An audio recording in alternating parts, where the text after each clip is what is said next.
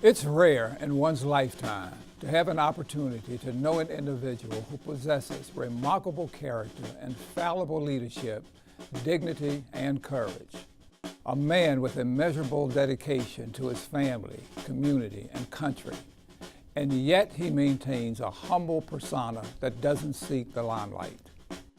Tonight, we salute that man, Detroit Police Chief Chester L. Logan. We honor him and thank him for 42 years of exceptional service to the city of Detroit.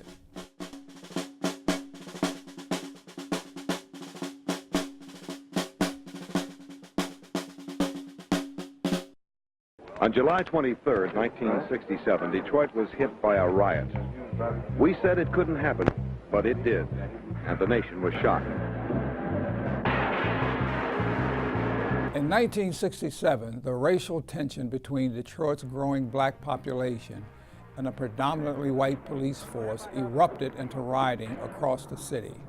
The Michigan National Guard and Army troops were brought in to control the disturbance.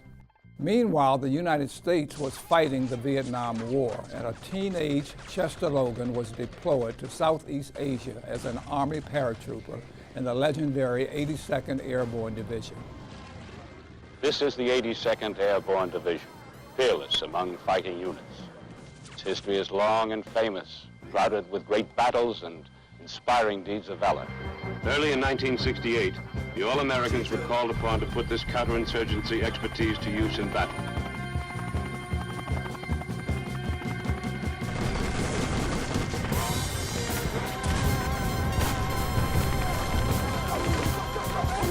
My dad was in the 82nd Airborne, and that he took a tour over to Vietnam and came back, and one of his brothers didn't return. So, my father was the one that came back, so I admired that about him. He was supposed to get out of the Army in, I want to say, March or April, and they sent him over to Vietnam in February, like right before he was getting ready to get out. So I said, I don't know, I probably would have been AWOL on that one, but he went and did what he had to do. And I think at that time he was only 16, 17, he might have been 17. He was a kid. He jumped out of one of the planes or helicopters, and he thought he had broken his legs, and he said he just laid there in the sun and went to sleep, and when he got up, he said that he was able to walk again. So I know those memories are very, very fond to him, and he said it's something that he'll never forget. And I think obviously that it probably really helped to shape him into the person that he has become today, obviously with that first military experience, because I don't think he had a life that was regimented like that before then. We love to hear stories about the Army and how he would jump out of planes, and he would sing like the old Army songs about like C-130 coming down the strip, and we would sing them in the car and on trips and stuff like that, on road trips, and he would tell us about, I don't remember the story exactly, but it was very dangerous about how a truck he was in drove over a grenade and blew up, and he really thought he was a goner. I mean, I love to hear stories about that.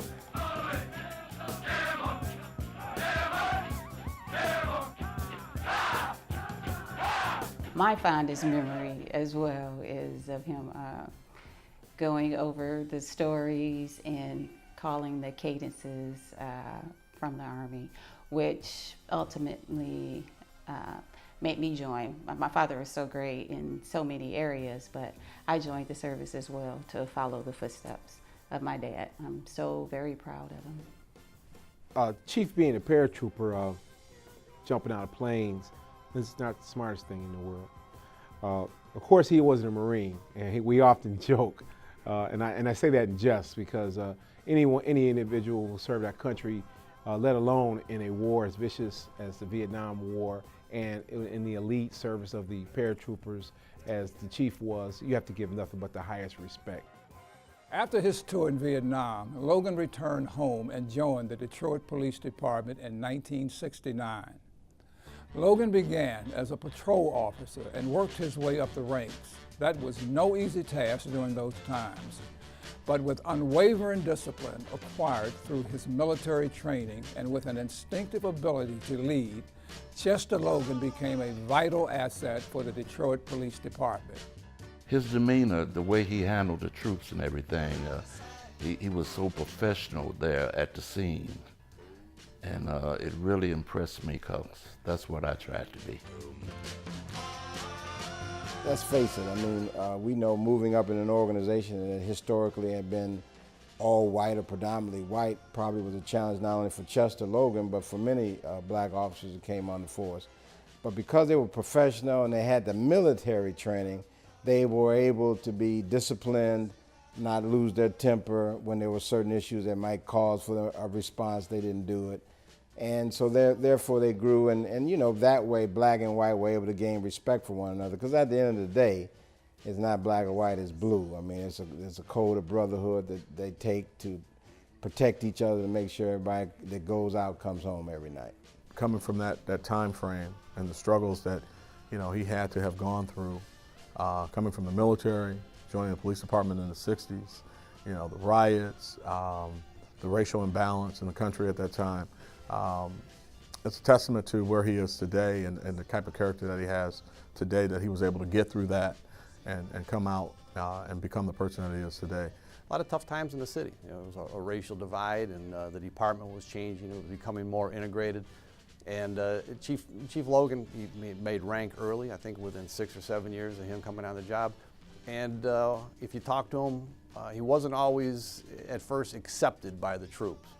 But knowing him now, I know for sure that it wouldn't take long for him to show his true leadership abilities and for the guys and the women around him to accept him. At the time when he came on to the police department, there were very few opportunities for blacks. He persevered, rose to the ranks, obviously to the rank of chief, and because of what he's done in the Detroit Police Department, it'll pave the way for many of other executives such as myself to attain rank and in the department. He took care of business, and that's what I liked about him. He was a very professional police officer. One of the main things that he did tell me about was the fact that how you should persevere, and no matter what anybody says or does to you, that how important it is to stay focused. He's a great father, he's a great leader, he's a wonderful police officer, he's respected by many, all that know him, even those that do not know him. They have no choice but to, you know, respect him for his professionalism and his knowledge. He's intelligent, he's well-rounded, he's loving, caring, and giving. I don't think he even had a doubt in his mind that he would ever do anything else besides be a police officer. It's his life. I mean, besides family, his career, I mean, just being a police officer means everything to him. I honestly don't think my father, it's ever been about himself, anything he does. And that's work, family, or anything. My father's a stand-up guy, and he surrounds himself by stand-up people. Chief Logan is a strong, respectable gentleman. Over the last year and a half, working closely with him as his chief of staff, I've got a newfound respect for this man. Dealing with what he's dealt with through his career and through his family, and still being able to show extreme dedication to the city and the department, I just have the highest respect for him. He makes you want to work for him because of his demeanor and how he interacts with you and how you see him interact with others. Just respect, you know. He just leads by example. He doesn't cuss folks out. He doesn't do all that. He's got this quiet leadership about him, and you just want to follow him. When he says it's something that needs to be done, you do it. One word comes to mind when I think about Chief Logan, and that's honorable. That word just stands out for me in bold letters when I think about Chief Logan. It's an honorable, straightforward, approachable guy. Chief Logan is a very kind, open-hearted person. He listens to everyone. He has always have had an open door policy. He just loved to talk to people. He's a community person, loved the community, and very family oriented. He's been the same person. Regardless of the position, he's been the same person. It's obvious that he is very proud to be a Detroit police officer. it's obvious that the chief is embedded in the history of the Detroit Police Department. He did it the old-fashioned way. He worked hard and he earned it. So, I mean, everything he got, he earned. And I think he didn't get any, nobody did him a favor. He did the community a favor by being in a position to take the job when it was available, but he earned everything he got. It was something that he wanted to be, and he made the best of it.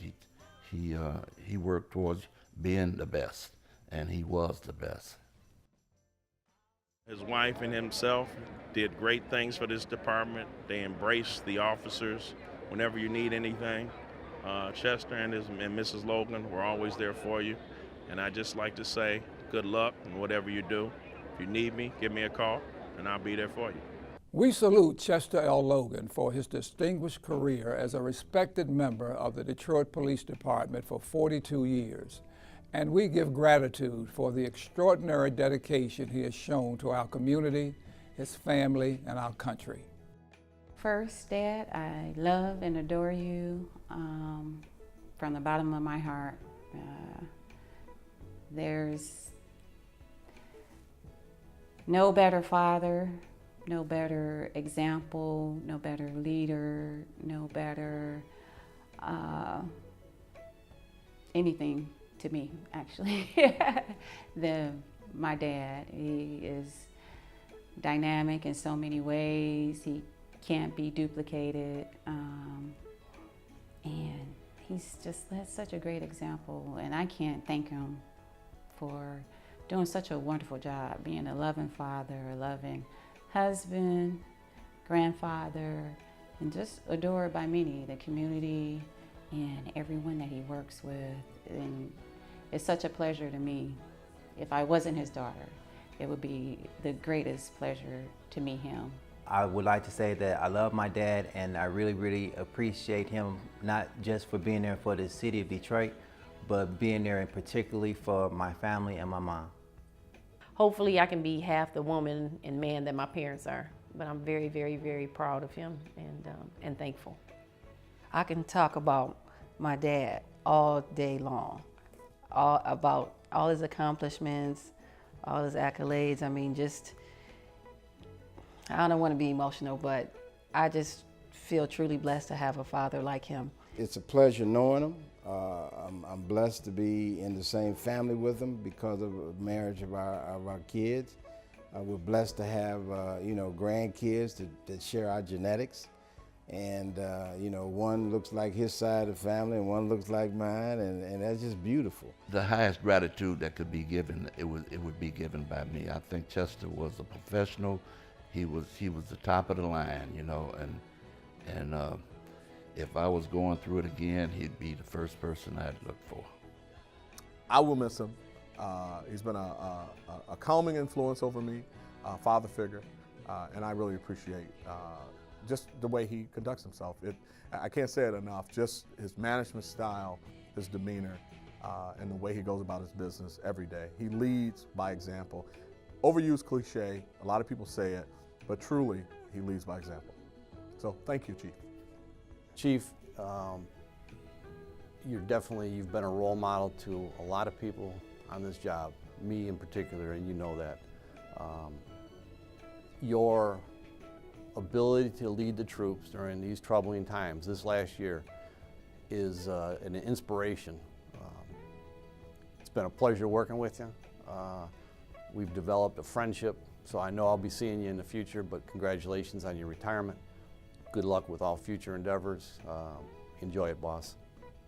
When you look at the things that he's been through, you have to understand he's got to have a strong moral fiber. His moral compass is above reproach. And I believe that if you were to ask him, I would assume that he would say he had a great career. And one thing about greatness, great people inspire you to also believe that you can become great. And I think that's what the Chief has done for me. I just would like to tell Chief Logan thanks, really thanks from the men and women of the police department, from the citizens of Detroit. Thanks for giving of his life for 40+ years. I really commend him. I wish him luck in any endeavor that he does. if there's anything I could ever do for him moving forward, I would love to do so. It's been an honor working with this man. Thank you for what you've given to the department and to this city. I wish you nothing but the best. Congratulations, Chief, on your retirement. It's well deserved.